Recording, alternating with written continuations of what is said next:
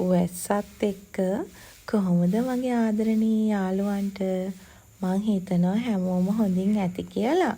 හොඳින් පරිස්සමින් ඉන්න. මේ දවස්වල වැස්සනේ. අපි අපේ ගෙදර ළිඳ සුද්ධ කරා.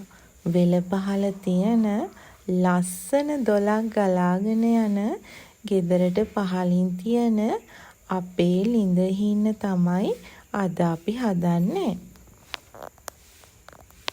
මේ වගේ ස්වභාවික විදිහට වතුර ලැබෙන්නත් පින් කරලා තියෙන්න ඕනේ.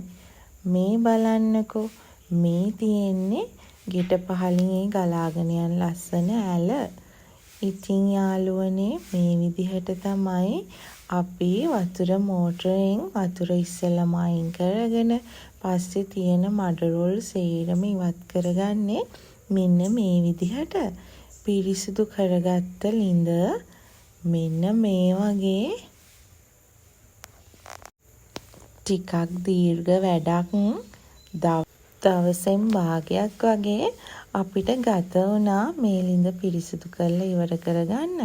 ළිඳ ඉස්සරහා තියෙන ලස්සන වෙල්යාය මෙන්න මේ වගේ තමයි පෙනුනේ අපිට. හරිම ලස්සන දවසක්.